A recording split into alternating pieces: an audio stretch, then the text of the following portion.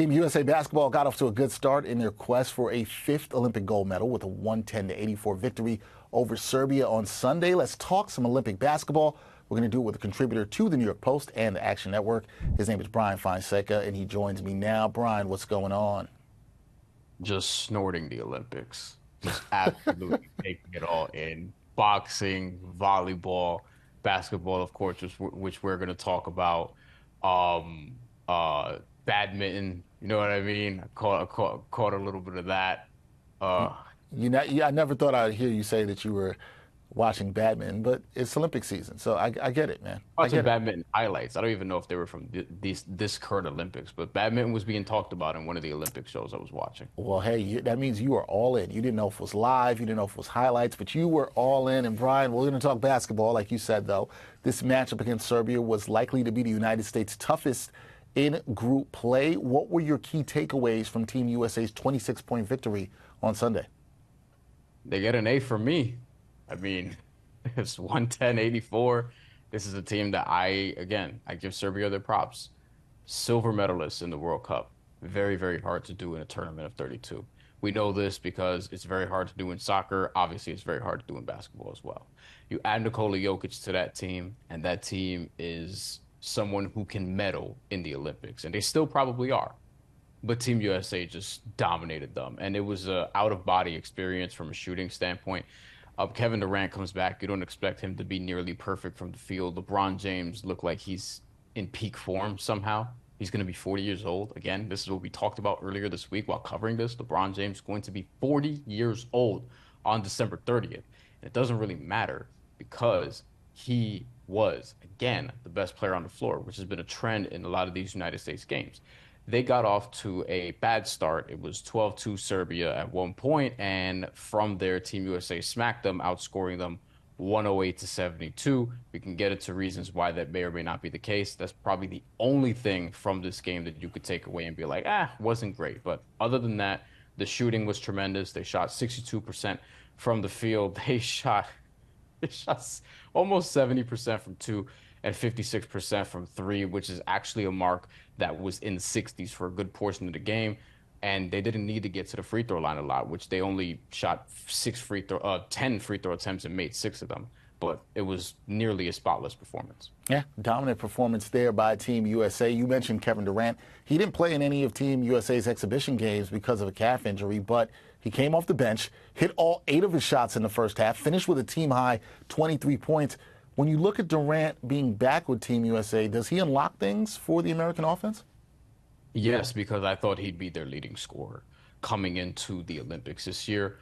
Wanted to see him in the scrimmages to see if, that was going to make a difference in terms of how I feel about the team. But honestly, it probably doesn't even matter that much. And Kevin Durant will be needed as this competition progresses. Again, this is one of the strongest, if not the strongest pool of just other Olympic teams, so to speak. But they got through who I think is one of the best teams in the Olympics, certainly the other best team in their group. They're going to face South Sudan next. We'll see how that goes. We'll talk about that briefly, touch on that briefly. But with Kevin Durant, it just, adds a lot to this offense because he's so perfect for not even just international play, but just basketball because he's nearly 7 feet tall. He wants to list himself 6'9", 6'10", whatever, knock yourself out. Whatever he is, he's tall and he can shoot over the top of guys. His game was going to age brilliantly, as we were saying throughout his career. He's entering his 18th NBA season, and he looks like he could do this for several more years at a high level. With the NBA schedule, that's probably not going to be the case, but for the Olympic schedule, it'll do. And if this is his last Olympics, he looks like he's going to go out with a bang because he got his 23 points on 8 of 9 shooting and did so in about 16 or so minutes. And he, again, couldn't have been much better coming off the bench, and he really took over the game in that first half in particular. Yeah, he did. Looking really sharp, really efficient in this contest with that team-high 23 points. But a lot of the talk after this game was around someone who didn't play and another player who didn't play well. Jason Tatum didn't play a single minute in this game. A DNP. Joel Embiid, he struggled. Only 4 points. He was the only starter to not reach double-digit scoring. Are you concerned about Tatum not playing and Embiid struggles offensively? It's not ideal.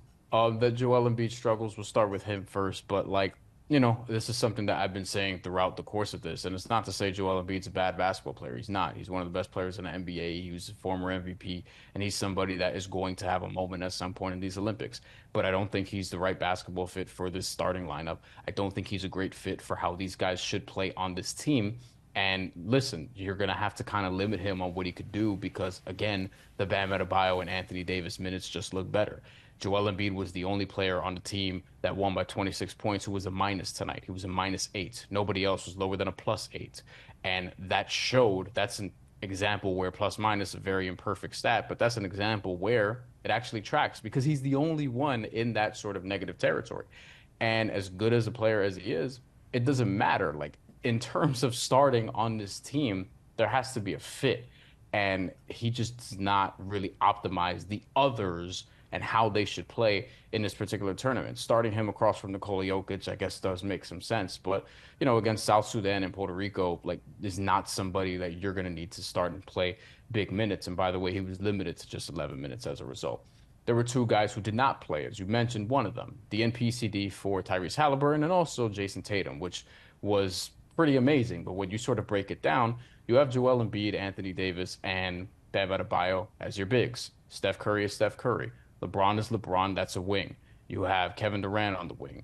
You have Devin Booker on the wing, who was in the starting lineup. Okay. You have Anthony Edwards as well. And then you also have Derek White and you have Drew Holiday as your perimeter defenders who can create, who can shoot, but who can also defend at a very high level. So you're sort of looking down the roster and it's like, who is Jason Tatum going to play over? Yeah, probably Devin Booker, but it seems like Steve Kerr seems to really like playing Devin Booker. So take exception with that, however you see fit. To me, I would try to find a spot for Jason Tatum, but again, the way they assembled this roster, there were going to have to be tough decisions. And I don't think this is where it's going to be. Like, this isn't going to be a 10-man rotation every game, so to speak. But yeah, it was a little surprising to see Jason Tatum not get run. Although when you sort of peel it back, it kind of like you kind of see where Steve Kerr's thinking is. Yeah, I think there's a fair argument to say, okay, who was he going to play over? And I think some fans might be inclined to say, oh, we should play over Drew Holiday or we should play over Derek White because they think he's a better player. But in terms of, as you mentioned, how this team is constructed, it makes a lot of sense where Jason Tatum is, and he's the odd man out along with Tyrese Halliburton, at least for this game. It is what it is. But next up for the United States, they play South Sudan. They almost upset Team USA in an exhibition game before the Olympics. So what are you keeping your eye on in Team USA's next game against South Sudan? Look, I kind of think South Sudan had their shot against Team USA, and I don't think Team USA is going to allow that to sort of happen. South Sudan shot the lights out. They shot 42% from three in that game. Against Puerto Rico, they were in the 20s at one point, and they ended up in sort of the mid-30s in that percentage. They played a really good game in the second half in particular. They were losing at halftime, but the rebounding and athleticism bothered the smaller Puerto Rico team, and some of the things that they did is going to be harder to translate against Team USA in an environment where now this counts. So I think South Sudan is great, one of the best stories, and I gave them props. I told you guys, like, they were really good last year in the World Cup, even though they did not qualified deep into the tournament. They did win 3 games. They pushed Puerto Rico to the brink, lost in overtime, and they got their lick back today. And on top of that, they're the best team in all of Africa right now. Luol Deng and Royal Ivy sort of leading that program have done a great job, and they have NBA talent and former NBA players on the roster. But I kind of think they had their chance. And maybe it'll be interesting early on, but I think Team USA is going to have a Team USA-like performance in that game. All right, we will see what happens. That game is on Wednesday, Team USA versus South Sudan, their second game in group play. But on Sunday, a dominant 26-point victory over Serbia. That is Bryan Fonseca of the Action Network and the New York Post. Bryan, appreciate it.